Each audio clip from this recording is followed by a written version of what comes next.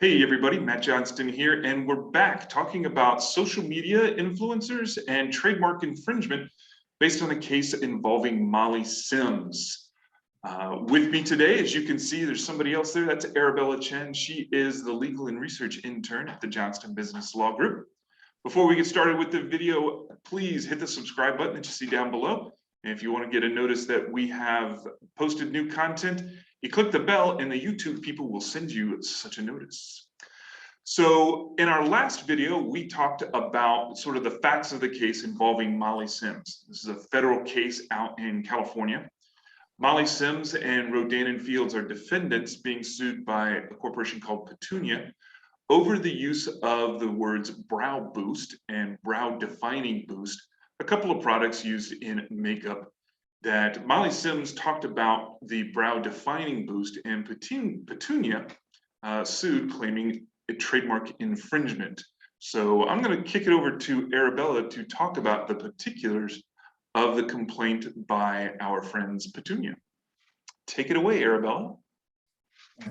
Hi, everyone. So Petunia is accusing, these are their causes of action. They're accusing Rodan & Fields and Molly Sims for direct trademark infringement, contributory trademark infringement, and false advertising.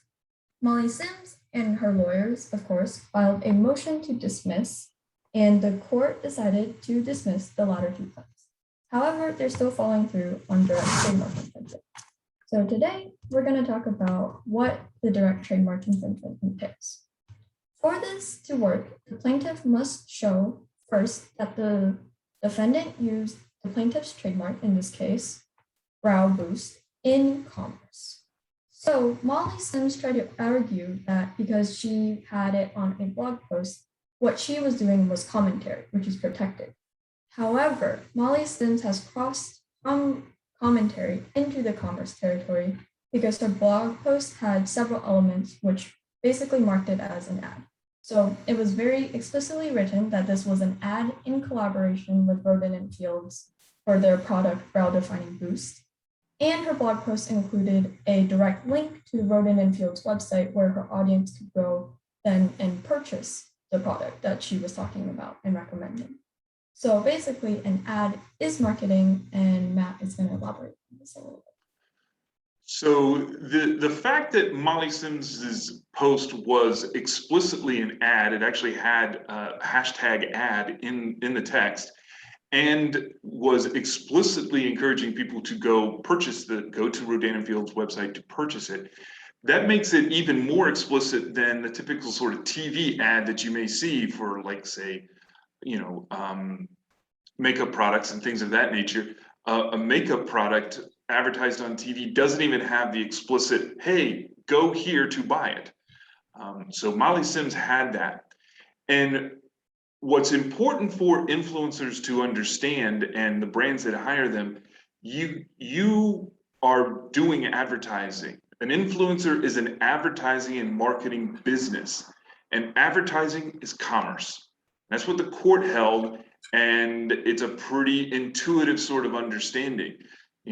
Marketing agencies are out there trying to make money. So using the trademark in commerce, in advertising to sell a product is one of the elements that has to be proven in order for there to be a direct trademark infringement. So what about this second one there, Arabella?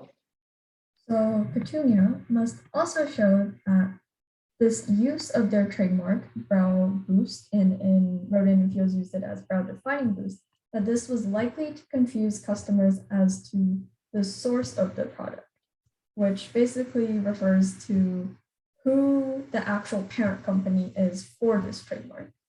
And I think you said you wanted to talk a little bit more about that also. Yeah, sure. So a trademark, at its core, a trademark is a shortcut. It's a mental shortcut between a product, a tagline, a product name, things like that, between that and the person who's selling it. So in this case, Petunia created and registered a trademark for Brow Boost. That's theirs. They're trying to create that shortcut. What Sims and Rodan & Fields were doing was trying to hijack that even the insertion of one word can still be potentially or likely to confuse customers as to the source of the product. So the definition is a reasonable customer. So I'm probably not a reasonable customer. I don't buy a lot of makeup products. I don't use makeup products, but there's lots of other people out there who do use them a lot more frequently than I do. Those are the people who may be confused about who is actually selling the product. And that's the point of trademark infringement. It's not just that it's being sold, that's use in commerce, but that it's likely to confuse a reasonable customer as to who is selling the product. So this is often proven through various sorts of expert testimony or research, things of that nature, and that's well down the road from where we are in the case. But direct trademark infringement needs these two elements in order to be successful. So what does this mean for influencers, Arabella? Yeah, so this is why this case is like such a standout, because it raises several points that we don't typically consider. The first being that currently, with social media being such a new industry and influencing as a job, there's no standard contract for influencers. There's no standard protection for influencers when they sign these brand deals as to what they're getting into. So we see here that Molly Sims is getting sued as part of this trademark infringement, even though it was Rodan and Fields product. But because she was involved and this probably wasn't included in her contract, she is now like kind of dragged into this mess. And it also, this brings me to the point that if this does go through, if Molly Sims is sued, then it opens up lesser known influencers and influencers in general to these types of intellectual property lawsuits. And it places the burden on future influencers when they're signing brand deals that they have to be the ones looking into trademarks and doing the trademark research, which is difficult and shouldn't be happening. Sure. So the no standard contract is something that, well, we don't know what's in Molly Sims's contract with Rodan and Fields. That hasn't been made public, at least to our knowledge.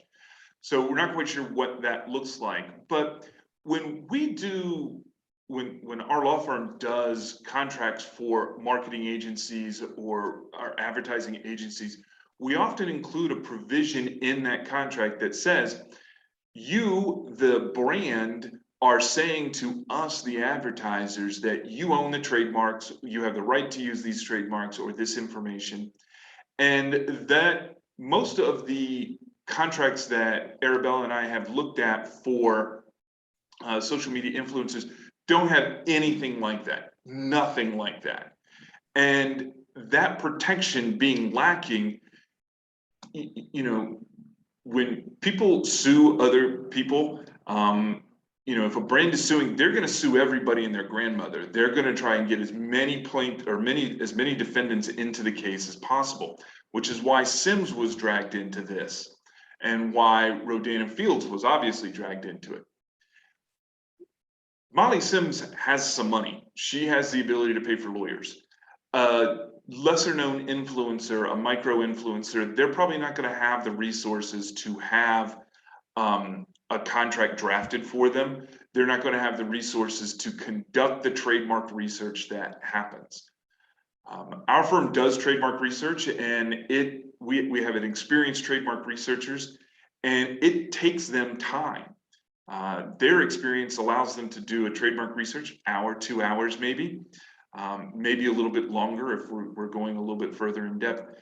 But somebody who's never had to research a trademark, who doesn't know how to conduct the trademark researchers, that's going to increase their cost, and it's also going to increase the likelihood that they may make a mistake. They may think, oh, well, it's okay, and it may not be. And Molly Sims and Rodan and Fields, again, they have the ability to manage the legal risk, but a lesser known influencer is not. So, so you have a point down here for strategy, Arabella. You want to explain that a little bit? Yes. This case also raised up a very interesting point about business strategy. So if influencers are basically eligible for these intellectual property trademark lawsuits, then you can get into scenarios where you have brand A in competition with brand B. So as a strategy, brand A decides to sue brand B and their influencer, which pits the influencer against brand B. So first, that's like an added mess that no business really needs. And second, with a lawsuit, there's publicity. So brand A doing the suing kind of gets attention. Their brand gets mentioned, but brand B, for their brand image, it spins this really negative cast on it, which is, I'm guessing, undesirable for any business currently. Well, certainly any sort of negative attention is bad. There's this old adage that all press is good press. That's not really the case. But in this particular case, brand A, in our case, Petunia, they get kind of a victimhood status, that they've been wronged in some way. Now, they're asserting rights that they have. The trademark laws provide them with this right. And it makes Rodan and Fields look a little less above board. It's interesting because it would also end up having a chilling effect on brand B being able to engage other influencers, whether that influencer is a prominent one like Molly Sims or a less prominent influencer. Because now there's going to be questions in the minds of influencers.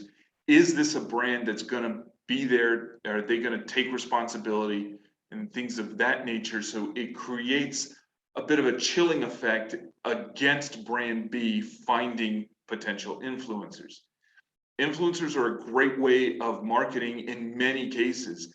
And so your brands are often looking for quality influencers that can provide the kind of advertising and marketing boosts that they're looking for.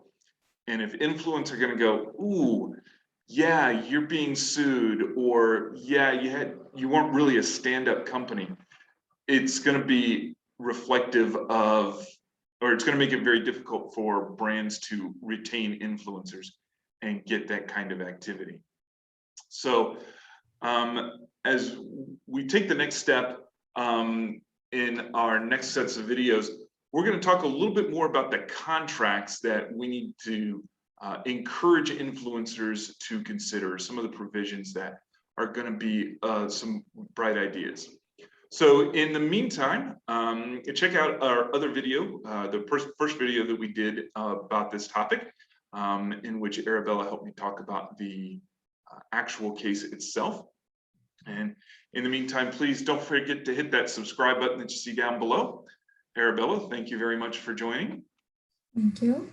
And yeah, we will talk to everybody next time. Go out and watch some live soccer. Bye-bye.